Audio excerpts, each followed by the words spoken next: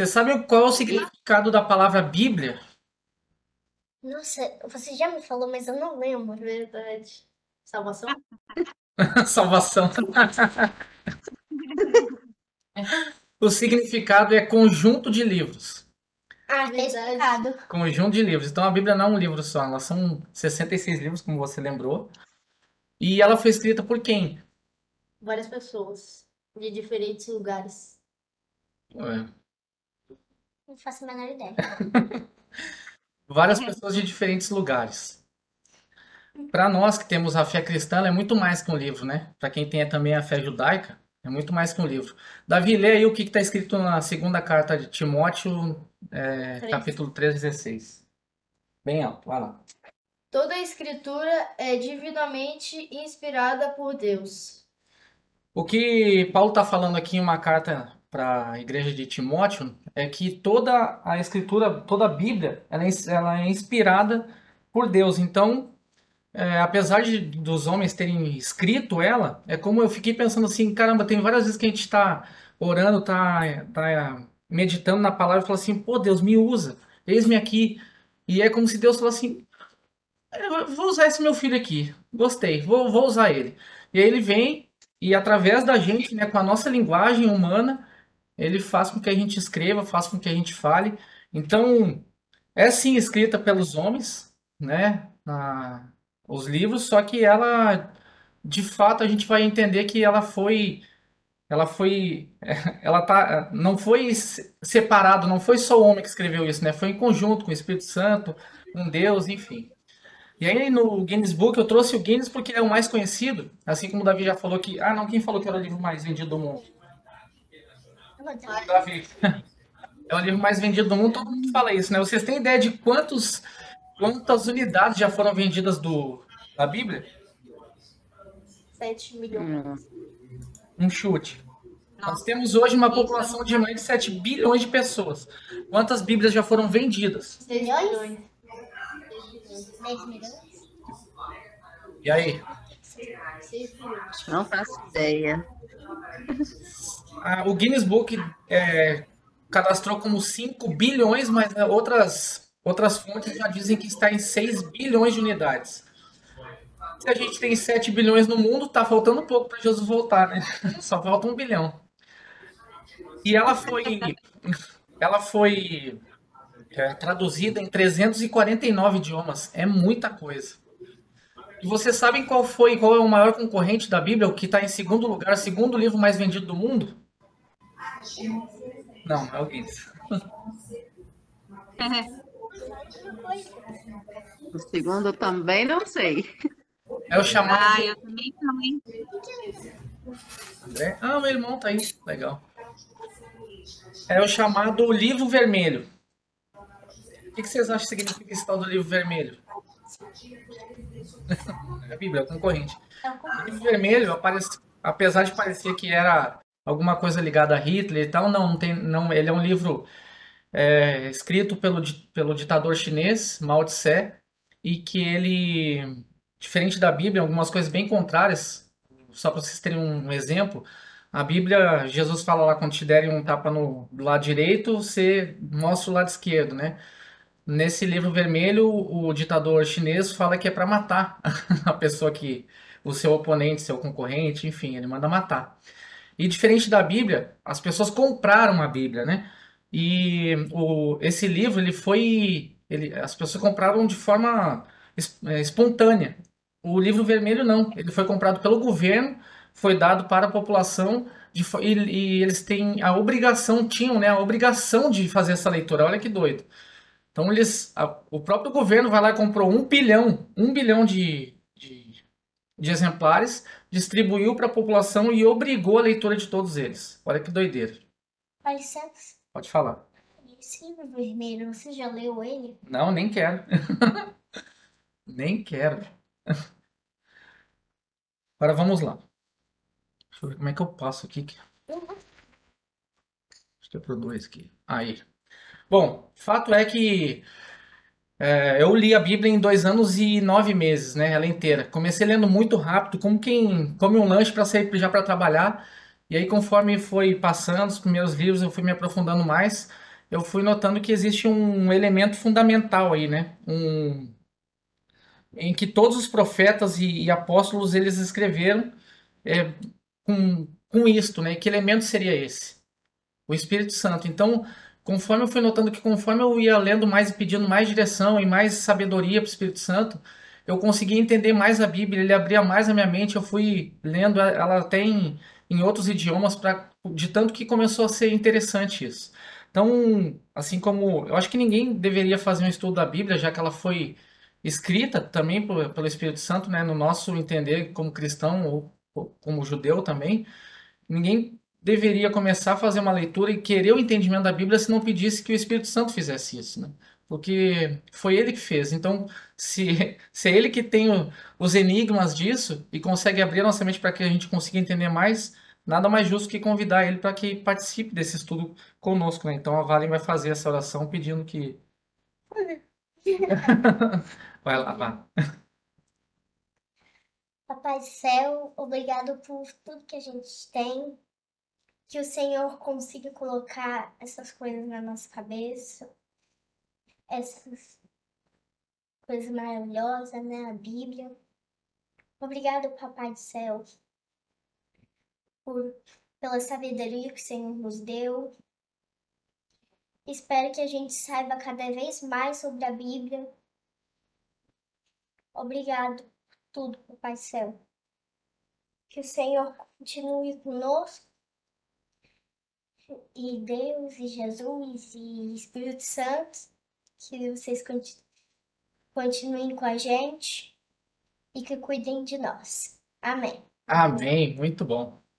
Amém. Aí agora vamos entrar. Eu fiz aqui um estudo de um compilado da Bíblia para a gente entender como que a Bíblia como um todo, que eu achei muito interessante a gente entender ela, né? Como que funciona, por que tem todos esses livros, qual que é a continuação, porque quando a gente começa a ler a Bíblia de forma aleatória, a gente começa a ler, normalmente, lê Gênesis, Êxodo, mal chega em Levítico, quando chega em Números, pronto, acabou, né? Volta, fica um tempão sem ler, daqui, depois recomeça tudo do zero. E a gente fica achando, pô, isso aqui não tem pé nem cabeça. Mas conforme a gente vai avançando na Bíblia inteira, a gente vai vendo assim, pô, isso aqui faz muito sentido, realmente. Tem uma parte que é cronológica, tem uma parte que é apostólica, a gente começa a entender que realmente tudo faz sentido. Eu vim fazer um resumão disso.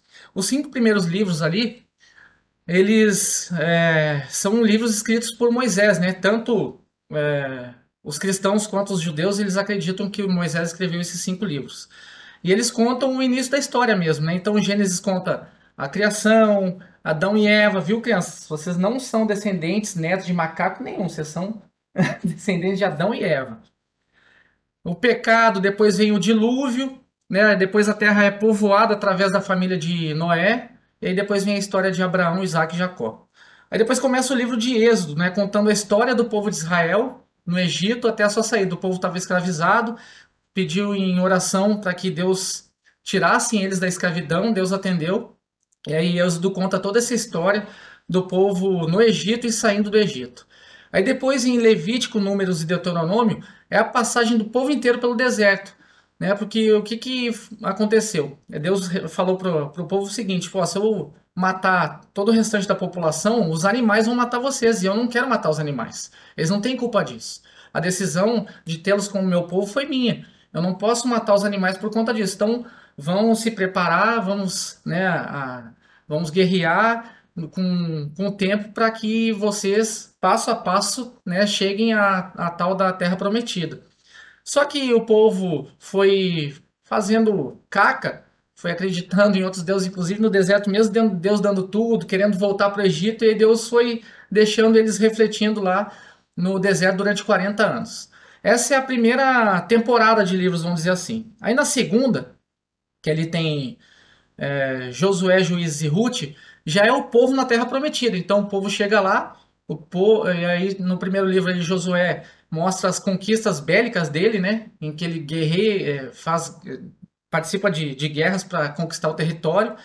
Depois o povo sendo governado e organizado por juízes. Isso é interessante porque naquela época não existia cargo de governador, presidente, rei, nada disso.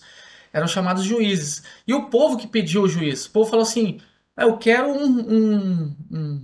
alguém que nos represente aqui, que nos dê um norte. Deus ficou indignado com aquilo, falou assim: pô, eu não basto, eu não dou um norte para vocês, não estou aqui todos os dias, mas já que vocês querem, eu vou dar. Então conta a história desde Saul, que foi um rei solicitado pelo povo, aí conta toda a história, né, dos juízes em que o, o povo pede que eles é, fa- Deus se desconecta, morre um deles, aí Deus se desconecta, que o povo está adorando outros deuses, aí eles pedem oração, aí Deus manda outro juiz, e assim vai toda essa parte do livro de Juízes.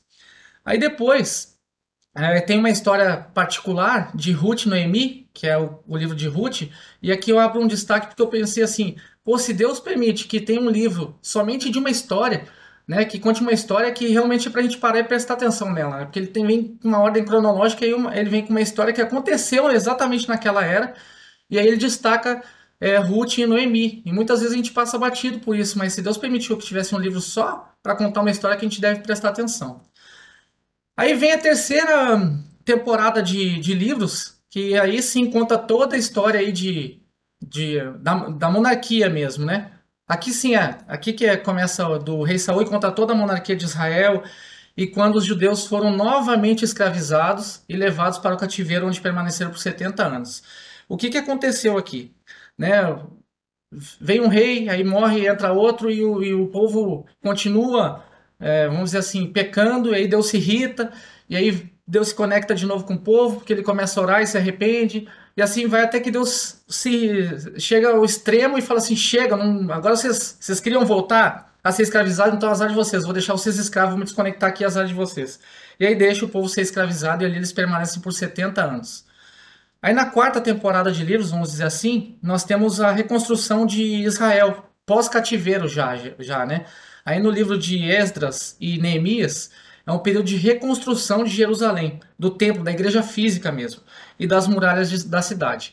E aí, mais uma vez, vem o livro de Esther, que assim como aconteceu no livro de Ruth, Deus dá um destaque para essa história, né? Deixa ela como uma história muito importante nesta era, que acontece exatamente nesta era. É uma passagem histórica, em que ela liberta o povo judeu para que eles não sejam mortos pelos persas. Deixa eu tomar uma aguinha aqui.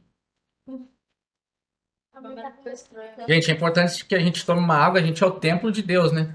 Se a gente não tomar água, a gente não ficará doente, a gente já está doente. Mas se comer essa virada. E aí termina toda a série histórica da Bíblia. E aí começa a era dos profetas. Mas, para essa próxima série, vamos dizer assim, a Bíblia dá um intervalo. E eu não sei se vocês já assistiram muitas séries. Eu lembro que na primeira série que eu assisti, que era do Jack Bauer, lá 24 horas, eles faziam normalmente uma série por ano, e aí você ficava naquela expectativa da próxima série, né? O que ia acontecer. E aí lá pelas tantas, para eles verem se o pessoal ainda estava engajado, eles faziam uns filmes no cinema. Vamos ver se o povo vai pro cinema mesmo, vai ver, vai assistir, vai ser um recorde de bilheteria, a gente lança a próxima série. Porque a série é uma coisa muito cara de se fazer, né? E ainda mais que era uma das primeiras.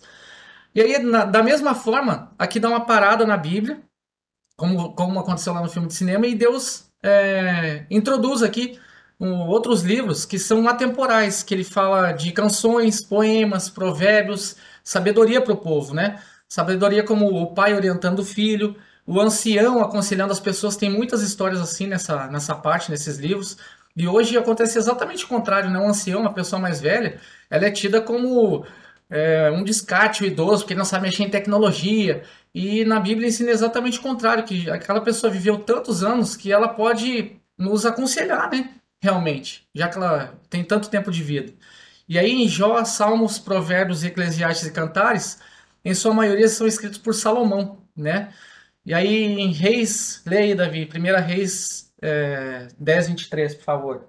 O rei Salomão se tornou o homem mais rico e mais sábio da terra, e assim ele cedeu a todos, tanto em riqueza quanto em sabedoria.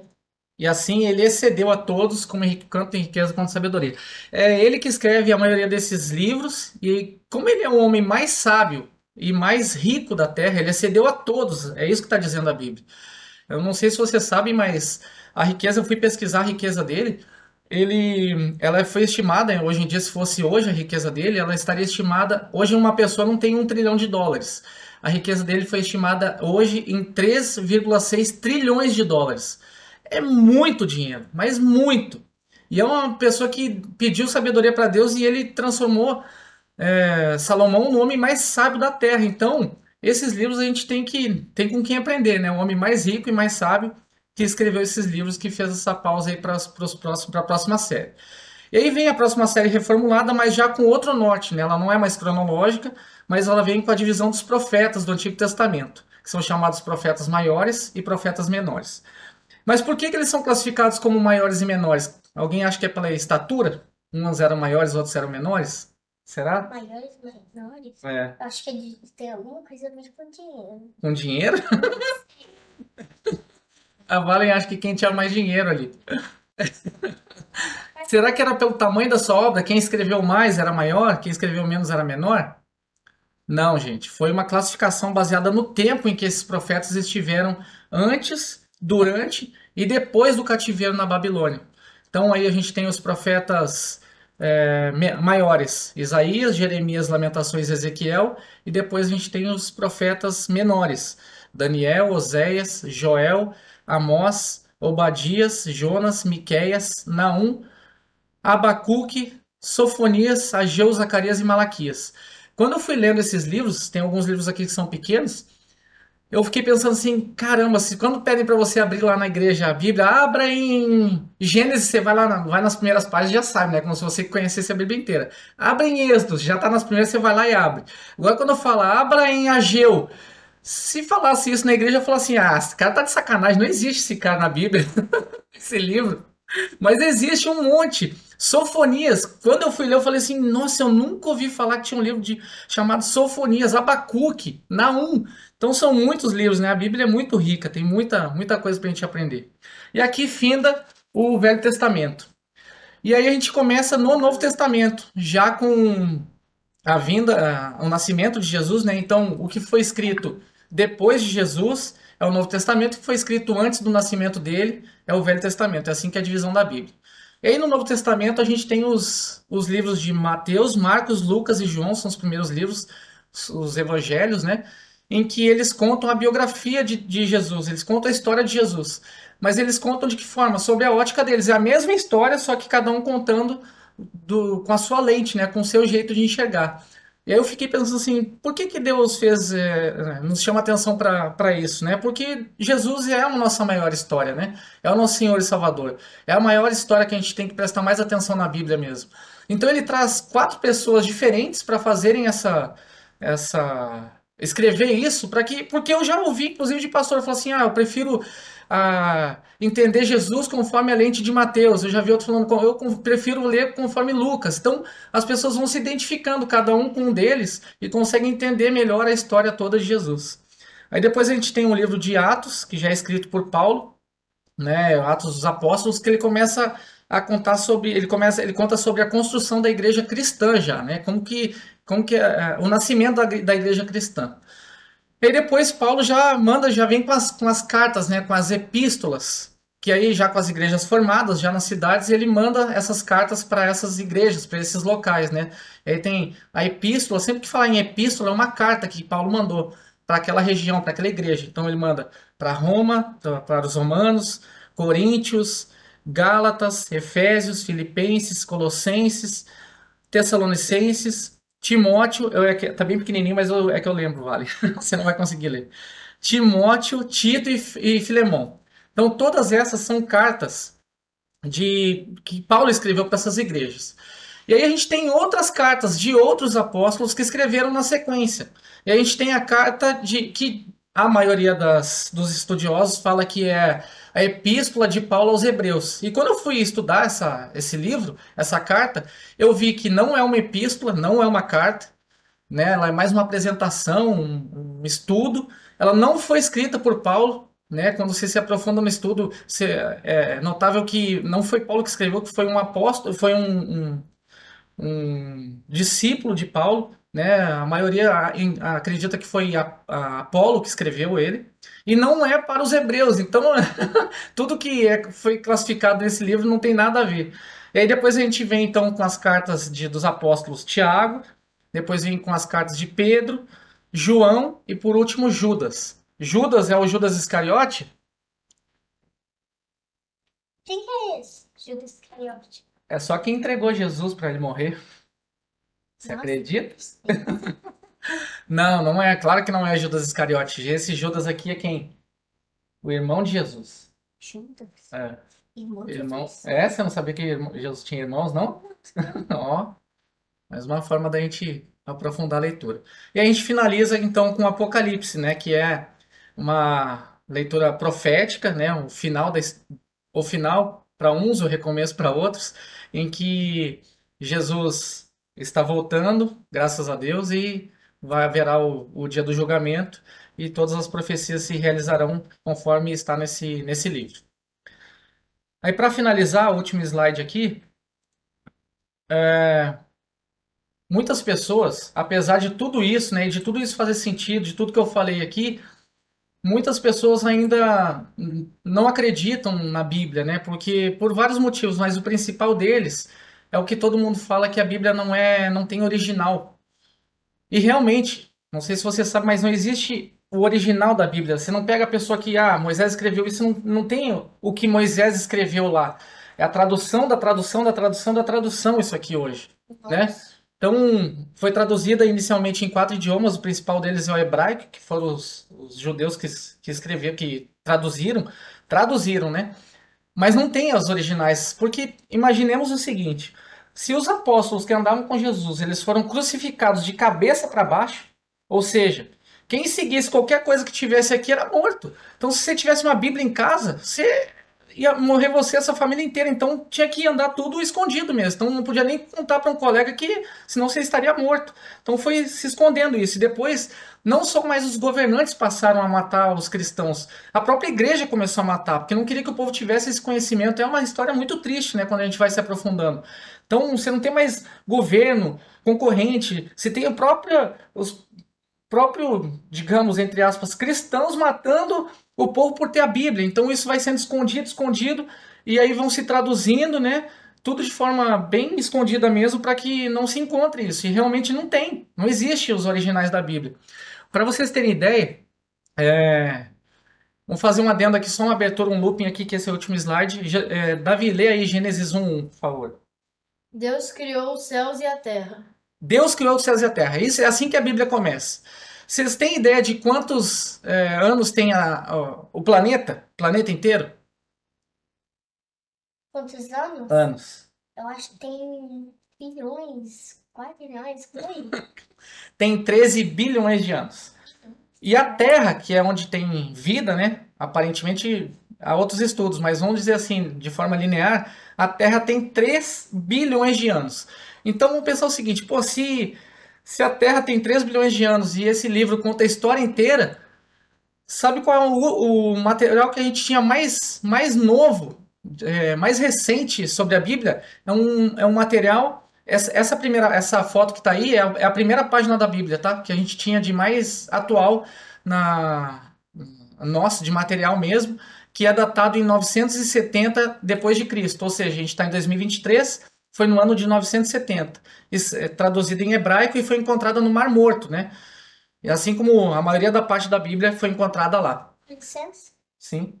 Pai, esse Mar Morto aí, ele existe aqui, não aqui, eu acho. É um lugar onde tem muito sal e aí você fica vai desistir. É verdade, verdade. E aí, esse era o material mais novo que a gente tinha. Então, o que as pessoas, enfim, muitas até que queriam denegrir a Bíblia falavam: como que vocês podem dizer que isso é verdade se conta a história inteira e se você só tem um material traduzido e o mais recente é de 970 depois de Cristo? Como que você pode ter essa certeza? E aí, a gente, como cristão, a gente tem essa certeza porque a gente acredita no impossível, né? Se tá ali é verdade, pronto. A gente não fica questionando. Mas isso levou muita gente em cima do muro a pensar assim, a refletir, realmente, não faz sentido. E aí ficou durante muitos e muitos anos pairando isso no ar, né? Poxa, será que é verdade? Será que eles traduziram da forma correta? Que vão imaginar o seguinte, pô, Vamos pegar alguém que traduziu. Será que ele traduziu exatamente do jeito que deveria ser? Ou ele não acrescentou alguma coisinha? Vai que ele fosse lá, de Londrina. Aí ele pegou assim, mandamento 11, não torcer contra o Tubarão Futebol Clube. Será que ele não colocou uma coisinha? Uma coisinha a mais na Bíblia, não inventou uma coisinha? Então, imagine, no passar de anos com tantas traduções, será que alguém não colocou uma frase a mais? É quase impossível de dizer, não colocou, mas como que a gente vai provar que não colocou? Em 1947, agora para fechar, olha que interessante. Um garoto beduíno estava no deserto da Judéia, e eu não sei se vocês já viram como que é o deserto, eu vi na TV, eu nunca fui para lá, mas eu vi na TV, quando estavam caçando o Osama Bin Laden, que ela era cheia de caverna interna, assim, para baixo, né? Cheio de uns buracos que saem um de um lugar no outro. É uma coisa doida. Por isso que ele demorou tanto tempo para ser pego, né? Ixi, tá dizendo que vai finalizar em 5 minutos, mas a gente abre de novo. Que triste. Aí tá. Eles foram. Esse garoto tava lá e ele perdeu as cabras dele. E aí ele começou a gritar, a tirar pedra nessas cavernas subterrâneas para encontrar as cabras dele. E ele atirava a pedra. Aí numa dessas cavernas ele atirou uma pedra e viu um vaso quebrar assim, tuf, lá no fundo. Ele, opa, foi lá e tirou outra pedra. Outro vaso se quebrando. Aí ele e o irmão dele, com muito cuidado, desceram lá e encontraram muitos escritos da Bíblia, né, traduzidos lá em hebraico, mas muitos que comprovavam isso. Para vocês terem ideia, esses escritos eram de até 270 anos antes de Cristo. Então esse é o melhor material que a gente tem hoje sobre a Bíblia. E aí eles confrontaram e depois acharam mais 12 cavernas, né? Começaram a pesquisar aquela região, acharam mais 12 cavernas com todo esse material.